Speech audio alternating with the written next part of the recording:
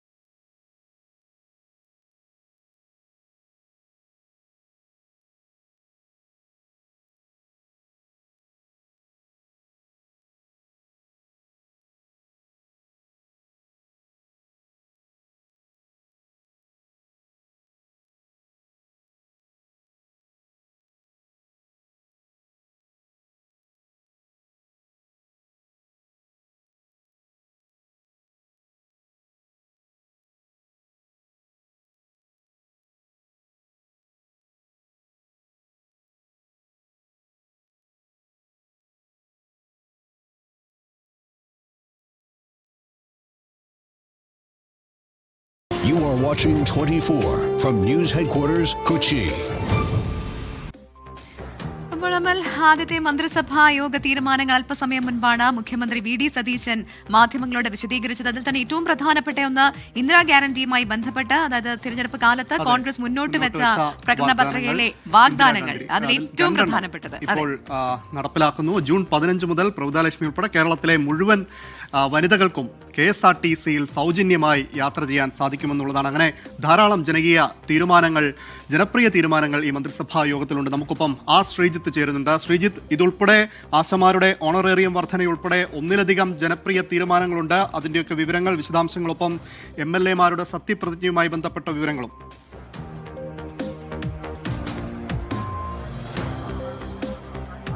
അമൽ മന്ത്രിസഭായോഗം കൈക്കൊണ്ട പ്രധാനപ്പെട്ട തീരുമാനങ്ങളിൽ ആദ്യത്തെ രണ്ടെണ്ണം ഇന്ന് രാഹുൽ ഗാന്ധി പൊതുയാത്രയുടെ സമാപന യോഗത്തിൽ തിരുവനന്തപുരം പുത്തരിക്കണ്ട മൈതാനത്തിൽ വെച്ച് പ്രഖ്യാപിച്ച രണ്ട് തീരുമാനങ്ങളാണ്.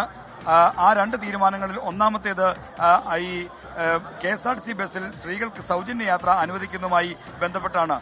ജൂൺ 15 മുതൽ KSRTC ബസ്സുകളിൽ സൗജന്യ യാത്ര നടപ്പിലാക്കും.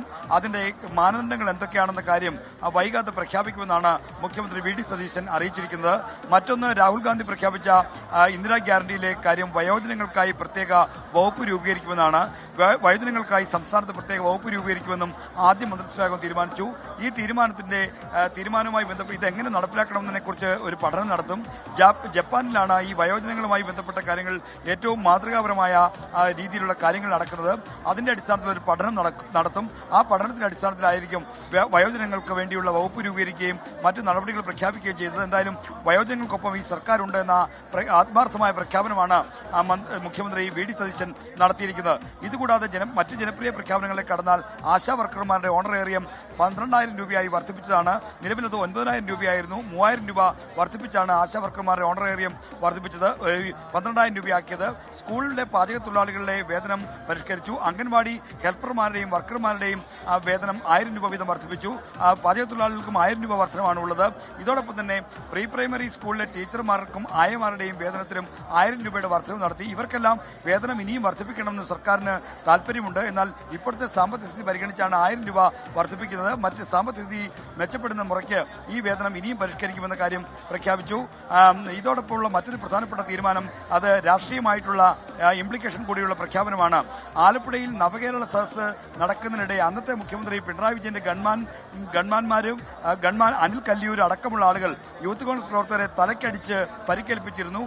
മുഖ്യമന്ത്രിയുടെയും മന്ത്രിമാരുടെയും ബസ് കടന്നുപോയ ശേഷമാണ് പിറകിൽ വന്ന വാഹനത്തിലിറങ്ങി ഇവർ യൂത്ത് കോൺഗ്രസ് പ്രവർത്തകർക്ക് തലക്കടിച്ച് പരിക്കേൽപ്പിച്ചത്. യൂത്ത് കോൺഗ്രസിന്റെ ജില്ലാ പ്രസിഡന്റായ ഡോക്ടർ പ്രവീൺ, ഒപ്പം തന്നെ ഇപ്പോഴത്തെ ആലപ്പുഴ MLA AD തോമസ് എന്നിവർക്കാണ് അന്ന് തലയ്ക്ക് ഗുരുതരമായി പരിക്കേറ്റത്. ഇതിന്റെ അടിസ്ഥാനത്തിൽ 2024 നവംബർ 8 ആലപ്പുഴ മജിസ്ട്രേറ്റ് കോടതി പുനരന്വേഷണത്തിന് ഉത്തരവിട്ടു. കേസ് തേച്ചുമാച്ച് കളയുന്നതിനുള്ള നീക്കം നടന്നു. തെളിവുകളില്ല എന്നാണ് ചൂണ്ടിക്കാണിച്ചത്. എന്നാൽ തെളിവുകളായി വീഡിയോ ദൃശ്യങ്ങളുണ്ട്. ആ ദൃശ്യങ്ങളൊക്കെ ഉണ്ടായിട്ടും പുനരന്വേഷണത്തിന് ഉത്തരവിടാതെ അന്നത്തെ സർക്കാർ മാറ്റിവെച്ചിരിക്കുകയായിരുന്നു. എന്നാൽ ഒന്നും മറക്കുന്ന സർക്കാരല്ല ഇതെന്ന് പ്രഖ്യാപിച്ചുകൊണ്ട് പുതിയ മുഖ്യമന്ത്രി VD സതീശൻ പുനരന്വേഷണം പ്രഖ്യാപിച്ചിരിക്കുകയാണ്. പ്രത്യേക അന്വേഷണ സംഘം അതിനായി രൂപീകരിച്ചു.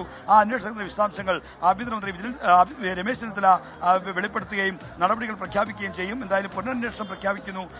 മുൻ മുഖ്യമന്ത്രി പിണറായി വിജയന്റെ ഗൺമാൻ അനിൽ കല്ലിയൂർ അടക്കമുള്ളവർക്കെതിരെ നടപടി വരാനുള്ള സാധ്യത തെളിയുകയാണ്. അവർക്ക് സർവീസിൽ ഗുരുതരമായ പ്രതിസന്ധികൾ നേരിടേണ്ടി വരും എന്നതിന്റെ ആദ്യ സൂചനകളുള്ള തീരുമാനമുണ്ട്. ഇതോടൊപ്പം തന്നെ സംസ്ഥാനത്തിന്റെ പുതിയ അഡ്വക്കേറ്റ് ജനറലായി JG ബാബുവിനെ നിയമിച്ചു. നേരത്തെ ലോയേഴ്സ് കോൺഗ്രസിന്റെയൊക്കെ നേതാവായിരുന്നു. ഹൈക്കോടതിയിലെ സീനിയർ അഭിഭാഷകനാണ്. എന്നാൽ ഈ തീരുമാനവുമായി ബന്ധപ്പെട്ട് മന്ത്രിസഭാ യോഗത്തിൽ ചില അവസരങ്ങൾ ഉയർന്നു എന്ന വിവരം കൂടിയുണ്ട്. കാരണം JG ബാബുവിനെ തീരുമാനിച്ചുമായി ബന്ധപ്പെട്ട് എല്ലാവർക്കും അതിനോട് യോജിപ്പുണ്ടായിരുന്നില്ല. എങ്കിലും പൊതു തീരുമാനത്തോടെ യോജിച്ച് ആ തീരുമാനത്തിലേക്ക് വരികയായിരുന്നു എന്നാണ് മനസ്സിലാക്കുന്നത്. ഡയറക്ടർ ജനറൽ പ്രോസിക്യൂഷനായി T അസഫ് അലിയെ നിയമിച്ചു. ഉമ്മൻചാണ്ടി സർക്കാരിന്റെ കാലത്തും ഇതേ തസ്തിക വഹിച്ചിരുന്ന ആളാണ് T അസഫ് അലി. തലശ്ശേരിയിൽ നിന്നുള്ള മുതിർന്ന അഭിഭാഷകനാണ് T അസഫ് അലി. മറ്റൊരു പ്രധാനപ്പെട്ട തീരുമാനമായി വരുന്നത് നിയമസഭാ സമ്മേളനം വിളിച്ചു ചേർക്കാൻ ഗവർണറോട് ശുപാർശ ചെയ്യാനുള്ള തീരുമാനമാണ്. മെയ് 21 മുതൽ സഭാ സമ്മേളനം വിളിക്കാനാണ് തീരുമാനം. മെയ് 21, 22 സഭാ സമ്മേളനം ചേരും. മെയ് 21 പുതിയ MLA-മാരുടെ സത്യപ്രതിജ്ഞയാണ്. സത്യപ്രതിജ്ഞാ ചടങ്ങിന് സാക്ഷ്യം വഹിക്കുക അതിന് നേതൃത്വം കൊടുക്കാനായി പ്രോട്ടം സ്പീക്കറായി മുൻ മന്ത്രിയും മുതിർന്ന നേതാവുമായ G സുധാകരനെ നിയമിച്ചു. മെയ് 22 സ്പീക്കർ തെരഞ്ഞെടുപ്പ്. അന്ന് തിരുവഞ്ചൂർ രാധാകൃഷ്ണൻ സ്പീക്കർ സ്ഥാനാർത്ഥിയായി മത്സരിച്ച് സ്പീക്കർ പദവിയിലെത്തും. മെയ് 29 ഗവർണറുടെ നയപ്രഖ്യാപന പ്രസംഗത്തോടെ ഉള്ള സഭാ സമ്മേളനം ആരംഭിക്കുന്നത്.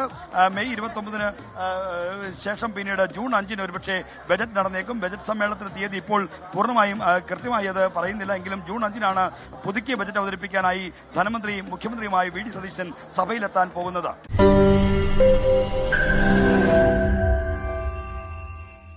ലോകത്തെവിടെയായാലും ഏത് സമയത്തും 24 വാർത്തകളും ഓഗ്മെന്റഡ് റിയാലിറ്റി പാക്കേജുകളും എക്സ്പ്ലെയിനറുകളും വിശദമായി കാണാൻ ഞങ്ങളുടെ YouTube ചാനൽ നിങ്ങൾക്ക് സബ്സ്ക്രൈബ് ചെയ്യാം.